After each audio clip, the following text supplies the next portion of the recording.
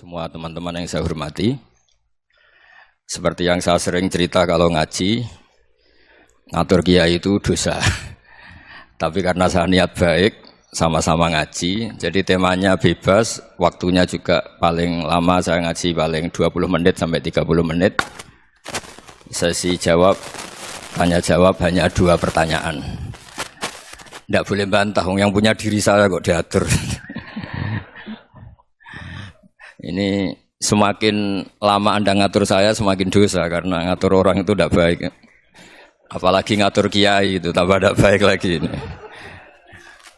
Iya toh misalnya saya ke Jakarta nelpon Pak Martinus, Pak sini, ya belum mesti bisa. Jadi ya sama-sama enggak mesti bisa kan. Tapi monggo lah kita cerita-cerita Islam, cerita-cerita beragama yang rileks. Kita semua tadi seperti yang dikatakan Kadensus pernah disewani Mas Sufyan Sauri, juga beliau pernah ngaji. Sebetulnya dalam banyak hal-hal yang keseharian itu lebih prinsip ketimbang ide kita tentang hal-hal besar. Saya beri contoh, Allah itu Tuhan yang Maha Kuasa, yang menguasai alam raya ini. Kadang-kadang menjelaskan dirinya itu hanya Alladzi at'amahum min ju'. Saya ini Tuhan yang memberi makan kamu saat Anda lapar, saat kalian lapar. Jadi untuk beriman kepada Tuhan yang Maha Esa, kepada Allah, kamu yakin yang memberi makan kamu itu Tuhan. Apapun kecewanya Anda terhadap tetangga, terhadap negara, terhadap mertua, terhadap istri, itu kecewa Anda tidak akan mati. Tapi kalau tidak makan itu mati. Sehingga Allah mensifati dirinya kadang pakai keseharian. Alladzi at'amahum min ju'. Tuhan itu siapa? Yang memberi makan kamu ketika lapar. Tapi kamu untuk syukur itu nunggu punya istri cantik, neriman, gampang diatur, membolehkan poligami. Terus 4 istri itu neriman semua, loyal semua. Itu sombong betul. Mau syukur saja kok repotnya seperti itu. Jadi mau syukur ya ada makanan dimakan. Itu. Kalau ngantuk ya tidur. Ayatnya wa min ayatihi manamukum billaili wan nahar. Maksud ayat Allah itu tidur. Nah keangkuhan-keangkuhan ini yang menjadikan kita itu jadi repot hidup. Wong untuk syukur kok nunggu tadi. Mertua baik, tetangga baik, istri baik. Apa saja di sekelilingnya harus baik. Nah keinginan berlebihan ini menjadikan kita lupa ada hal-hal yang paling kita butuhkan. Yaitu oksigen. Kita boleh nempat di buminya Allah. Alladzi ja'ala lakumul ardo firasya. Bumi kamu tempati enak. Coba kalau gempa. Apa artinya istri 4 cantik semua kalau pas digoyang apa? Gempa. Apa artinya kamu jabat? Entah apa saja jabatannya. Kalau bumi likuifaksi, habis kamu. Kiai meskipun dai kondang umatnya jutaan, kalau likuifaksi di panggung hancur. Tapi nikmat-nikmat yang disebut Allah seperti ini kita kaji keseharian. Alladzi ja'ala lakumul ardo mahda. Allah itu yang menjadikan bumi dalulan, yang mudah diinjak. Famshu fi mana biya, silahkan pakai jalan-jalan. Jadi saya termasuk benar-benar kiai Jawa. Kalau kerennya kiai Nusantara atau kiai Indonesia lah. Diajari bapak saya Kiai Haji Nur Salim, diajari Mbah Maimun. Itu Islam itu keseharian. Karena ketika Anda memilih hal-hal yang serius, itu tujuan utamanya nyari ridhonya Allah. Dan ridhonya Allah bisa kamu dapatkan sesuatu yang pasti benar. Misalnya dalam sebuah hadis Sahih Muslim disebutkan, Inna wuha la yardo anil abdi idha akalal akla fayahmadahu alaiha au yashroba syarba fayahmadahu alaiha. Itu redaksinya inna itu sesungguhnya, la yardo juga pakai lam taukid, juga maknanya sesungguhnya. Sungguh-sungguh Allah sangat ridho ketika seorang hamba itu makan ketika sesuap nasi dia muji Allah, ketika minum seteguk nasi dia muji Allah. Itu kalau orang diridhoni Allah itu wali betul. Itu untuk jadi wali itu gampang. Kamu makan ridho, kamu nginjak buminya Allah ridho, seneng. Kamu hidup keseharian aman, seneng. Nah ini supaya sampean kita semua lah, kita semua ngaji betapa panduan Rasulullah untuk menggapai ridho Allah itu banyak yang keseharian sekali.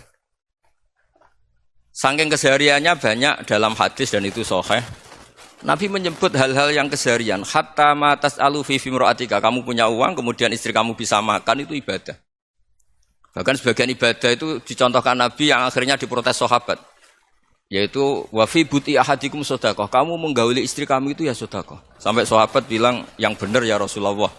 Ayati ahaduna syahwatahu wa huwa lahu ajrun. Masa urusan biologis, urusan syahwat kemudian dia dapat pahala.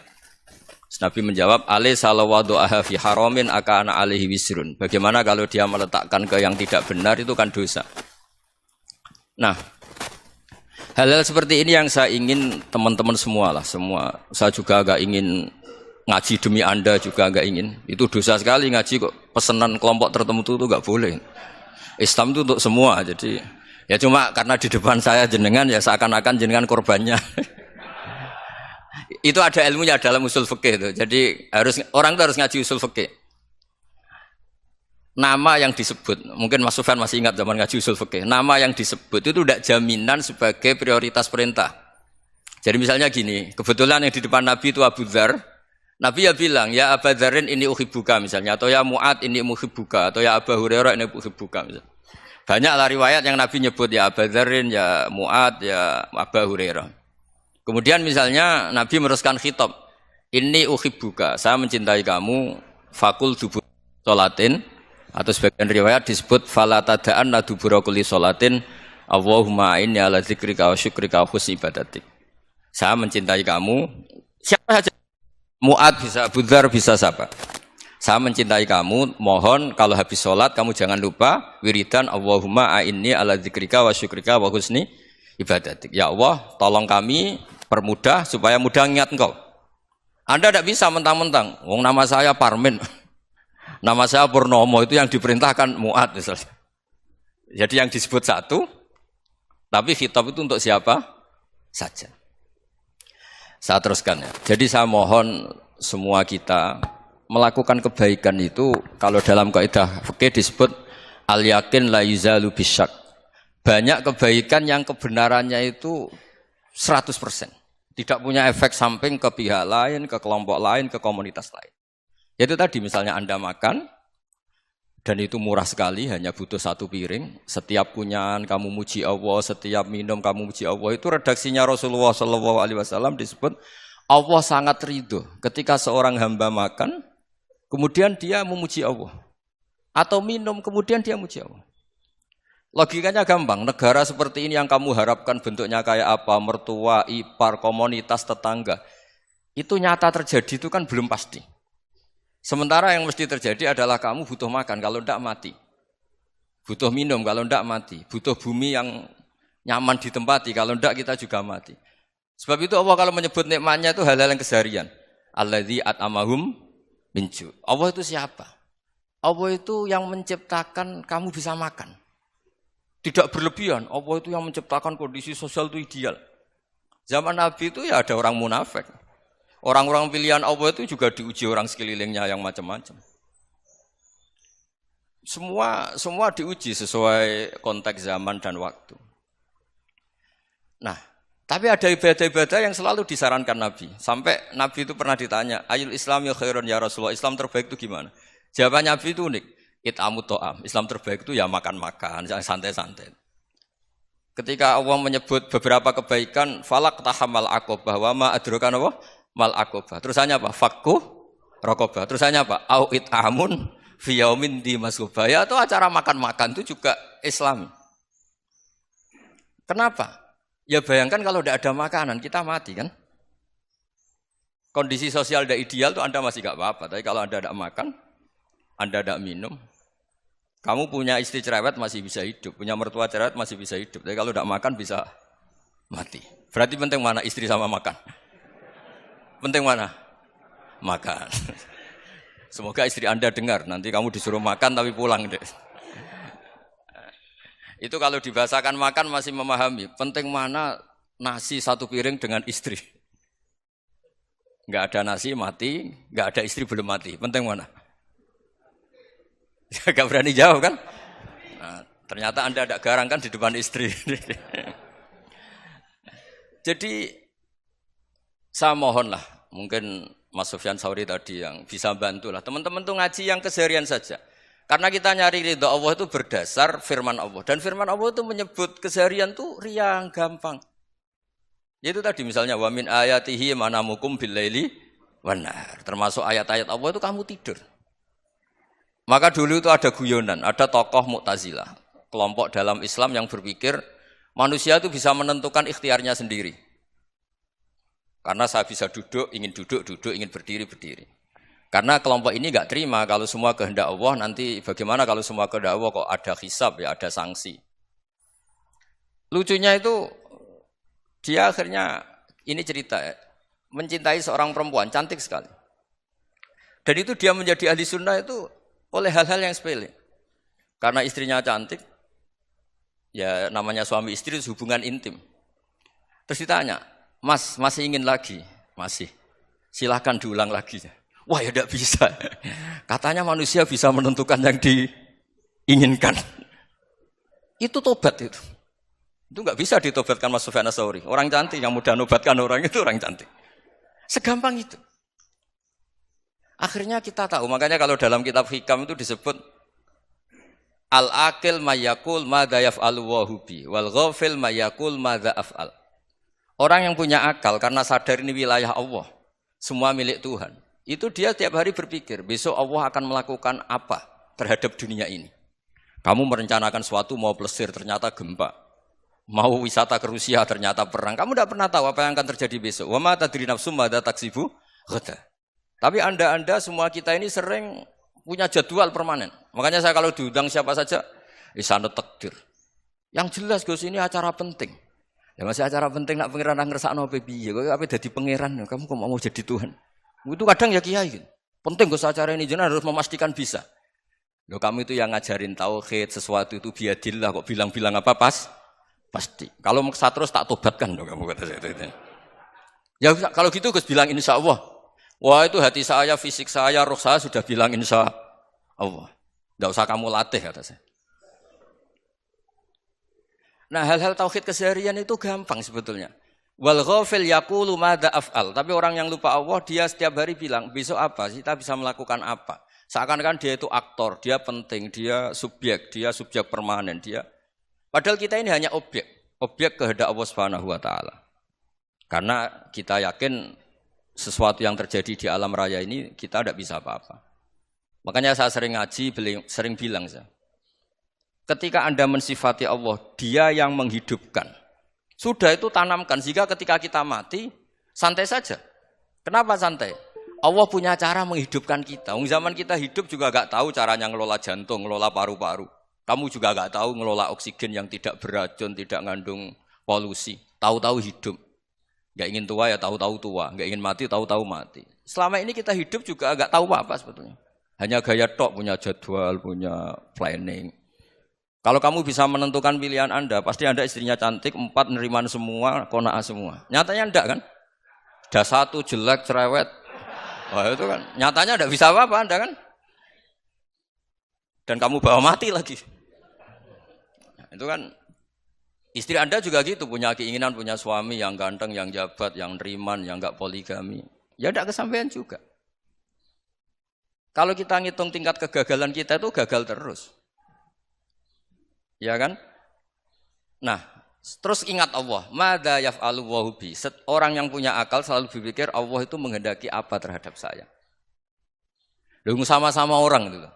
Ngelihat orang yang serius, itu kata Anda itu pemikir berat, serius. Senang punya tokoh yang merengut karena kamu anggap serius. Tapi sebagian orang nganggap orang yang serius itu wong merengut, wong masam, wong muka kok ditekuk. Jadi sama itu hati ya muqallibal qulub tsabbit qalbi ala dini, karena kita enggak tahu cara berpikir kita tentang orang lain, tentang sekeliling kita. Misalnya kita orang baik yang jenis ngrumat fakir miskin. Ada orang bangun masjid mewah itu janggal. Apa artinya masjid mewah kalau banyak orang kelaparan? Tapi kalau yang jenis pendidikan apa artinya masjid mewah kalau tidak bisa ngaji? Nanti yang jenis infrastruktur apa artinya ini kalau semuanya punya sudut pandang yang berbeda-beda. Dan Islam mengapresiasi semua kebaikan. Tapi katakan semua kebaikan itu adalah kehendak Allah Subhanahu wa taala. Karena apapun baik Anda itu pakai fasilitas yang diberikan oleh Allah Subhanahu wa taala. Sehingga ini yang disebut qulillah tsumadarhum fi khaudihim yal'abun. Ya kembali tadi ke tema-tema bahwa keseharian Anda ini sudah Islami. Saat Anda tidak bisa melakukan apa saja, Saya sering ada jenazah, biasanya kalau tetangga meninggal saya sering disuruh ngelepas. Saya bilang orang ini baik. Karena sering ngelamun di rumah, sering nganggur di rumah. Ditanya sama anaknya, kenapa Gus nganggur baik? Ya kalau dia nganggur artinya juga enggak berbuat sesuatu yang maksiat kan? Ya kan? Orang nganggur di rumahnya ya enggak bunuh orang, enggak maling, enggak korupsi. Ya namanya nganggur di rumah. Lah cuma istri cara pandang nganggur enggak menghasilkan uang gitu. Tapi juga enggak menghasilkan kriminal kan? Jadi sebenarnya Islam itu makanya kalau sampean ngaji usul fikih itu ada kitab usul fikih namanya Lubul Usul, itu terkenal sekali di pesantren itu. Itu kalau ngapresiasi keseharian itu luar biasa. Izma min mubahin illa wa yatahaqqaqu bihi tarku haramimma. Karena keseharian yang mubah saat Anda lakukan itu ada kehebatan yang luar biasa, yaitu meninggalkan haram. Makanya dulu banyak orang-orang alim ketemu temannya itu guyon sampai semalaman. Itu biasanya yang semangat Islam itu kiai kok tidak tahajud, kiai kok tidak witir. Orang yang sedang mapan uangnya banyak, malam itu tidak kelayaban itu sudah luar biasa. Melawan nafsu supaya tidak maksiat itu sudah luar biasa. Supaya lupa guyon sama temannya semalaman sampai subuh. Gejolok-gejolokan ngenang zaman miskin, zaman kuliah nggak jelas, zaman apa. Melihatnya jangan tarkut tahajud. Seperti ini meninggalkan tahajud, tapi meninggalnya ini talkul muharramat. Jadi kayak apa hebatnya? Sehingga Imam Ghazali punya riwayat yang agak unik. Hatta takuna ibadatu akhiri hadil ummah iku an-naum. Sehingga suatu saat ibadah terbaik umat ini itu tidur. Gitu. Itu kan riwayat kontroversi. Ketika Imam Ghazali ditanya, kenapa iya? Kenapa kamu mulai keluar dari rumah itu sudah banyak maksiat? Melihat perempuan yang enggak mahram, melihat fenomena. Tapi kalau kamu tidur itu enggak melihat apa-apa. Tapi juga kamu jangan nganggap tidur itu ibadah betul. Saatnya melakukan fardu ain malah masih tidur. Tapi itu sudut pandang yang menjadikan kita Islam itu gampang. Jadi saat Anda tidak bisa aktivitas apa-apa, misalnya ada beberapa orang yang lumpuh. Lumpuh itu memang nggak bisa Jumatan, nggak bisa ibadah, tapi dia juga nggak bisa maksiat. Tidur itu memang Anda saat itu tidak bisa tahajud, tidak bisa witir, tapi saat itu ada zina, ada maling, tidak gosipkan orang, tidak bully orang, tidak menanamkan kebencian, tidak hasud. Sehingga tidur menurut Allah Ta'ala wa min ayatihi manamukum billaili apa? Wan-nahar. Karena di tidur itu selain ada unsur istirahat, jaga kestamina, juga ada unsur meninggalkan beberapa keburukan. Nah saya mohon ibadah yang keseharian ini kita jaga. Supaya kita semua baca ayat itu fasih. Fasih itu tertanam di hati. Allah itu siapa? Alladzi at'amahum min ju'i wa amanahum min khauf. Dan Allah kalau cerita di Quran itu anna sababnal ma'a sabba tsumma syaqqaqnal ardha wa syaqqa fa ambatna fiha habba wa inaba wa qadba wa zaituna wa nakhla wa hada'iqa hulba. Kamu tahu saya ini siapa kata Allah? Saya ini adalah Tuhan yang menurunkan air, kemudian ada tanaman banyak. Habba wa inaba wa qadba, ada zaitun, ada tin, kalau orang Jawa mungkin ada tela, ada padi, ada mangga, ada pisang. Sudah. Wa inaba wa zaituna wa nakhla wa hada'iqa hulba. Ada perkebunan yang lebat. Tujuannya apa? Mata Allahkum, silahkan kamu pakai, kamu nikmati. Tapi karena kadang kita ini punya ide-ide besar. Tadi untuk syukur saja nunggu punya istri riman, rumah baik, tetangga baik, komunitas baik, semuanya baik baru syukur. Lama-lama nanti ada di surga, syukurnya nunggu surga paling kelas A. Itu sudah ada yang menghuni Rasulullah, kamu enggak boleh di situ. Masa untuk syukur saja? Repotnya Masya Allah. Jadi mohonlah Quran yang kalau Anda hafalkan juz amma itu kan ada ayat-ayat yang kayak tadi. Ya, fal yang dzuril insanu ila ta'ami. Coba lihat apa yang kamu makan ya? Dari mana? Dan untuk mempertahankan hidup kamu keseharian. Jadi jangan kira ibadah itu harus membentuk komunitas yang versi Anda. Ibadah itu harus hal yang mulu-mulu. Kesehariannya Anda alami. Loh ini saya tidak bikin-bikin. Saya ngaji bukan karena berdasar pesanan.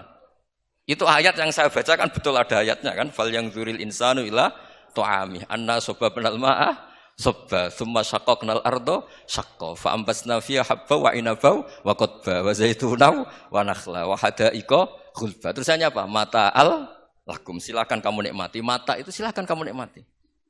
Ya kayak sampean dikasih hidangan ya makan. Ya sudah makan. Habis makan ya minum. Habis itu ngantuk ya tidur. Ya sudah normal-normal saja. Kayak apa indahnya Islam? Tapi Anda mencari Islam yang gimana lagi? Nah itu yang diajarkan guru-guru kita, diajarkan sanad kita sampai Wali Songo, sampai Rasulullah Shallallahu Alaihi Wasallam. Bahwa pada akhirnya ada jihad, ada perang. Itu dulu memang perang, bukan membunuh. Beda. Dulu kita dijajah Belanda ya perang, dan itu normal karena kita dijajah. Jadi ketika orang lain ingin baik sama kita, wa in ahadum minal musyrikin astajaroka ya fajirhu hatta yasma'a kalam Allah. Kalau mereka ingin baik ya kita baik. Makanya ada istilah mustakman, mu'ahad. Kalau mereka ingin damai, berdampingan dengan kemajmukan, ya itu yang lebih baik. Karena memang Islam menghormati proses perdamaian. Wa in janahu nawa lissalmi ya fajnah lah. Kalau ingin damai, ya kita harus damai. Jadi, andai kan dulu Belanda datang ke Indonesia kok minta besanan. Gitu. Ya mungkin kita juga senang karena memperbaiki hidung kan. Kalau minta besanan. Gitu. Nah tapi wong jajah dulu itu kan masalah kan? Apa? Masalah kan? Jadi saya mohon jadi apa? Saya tadi minta sama Bapak Kadensus kemarin juga pernah main ke saya. Jangan sering ketemu saya ini sudah uzlah, saya ini sudah mau daftar jadi resi. Saya itu kemarin di muktamar juga agak datang, acara di Jogja juga sudah. Karena memang keluarga saya dulu itu bahasa ya, bapaknya bapak saya itu enggak keluar rumah itu puluhan tahun. Memang punya adat uzlah. Ya makanya ngaji saya ngaji aja yang gampang-gampang aja, yang enggak orderan, enggak pesenan ngaji aja dulu yang gampang. Saya ikhlas, yakin betul saya ikhlas. Ikhlas itu menurut saya itu roh. Orang enggak ikhlas menurut saya itu orang aneh. Ikhlas itu gampang, sudah saya bilang. Kalau kamu yakin ilmu itu milik Allah, ngasihkan juga ikhlas itu milik Allah. Apa sih yang kamu punyai sehingga kamu tidak ikhlas? Uang milik Allah, energi kita milik Allah, bumi milik Allah. Kemudian kamu merasa memiliki. Merasa memiliki itu kalau dalam ilmu tasawuf sudah kesalahan kan. Bagaimana Anda punya? Coba tahu-tahu tanah itu kok milik Anda. Karena saya beli, Gus. Saya beli dari orang, dari Zaid. Padahal yang asli punya itu Allah. Apa benar kamu pernah beli sama Allah? Zaid ini pemilik nisbi, pemilik yang enggak sebenarnya kan. Ya enggak? Yang benar-benar pemilik itu Allah. Kok kamu ngerasa itu bumi kamu itu atas nama apa? Coba. Milik kan harus beli atau dikasih. Tidak semua kan? Nah, makanya itu famshu fi manakibiha. Dan Allah menyebutnya, sudah saya ini yang menciptakan bumi. Walladzi ja'ala lakumul arda dhalulan. Dan Allah menyebutnya sederhana, famshu fi manakibiha. Silakan jalan-jalan. Terusannya apa? Wa kulu mirizki, silakan makan-makan. Jadi Islam itu ya makanya kiai-kiai itu ada acara makan, sampai ada guyonan fikuli makanin makan di setiap tempat ya makan. Nggih ngoten nggih, pokoke sing gampang-gampang mawon nggih. Nggih Mas Sufyan nggih sing gampang-gampang mawon nggih. Assalamualaikum warahmatullahi wabarakatuh.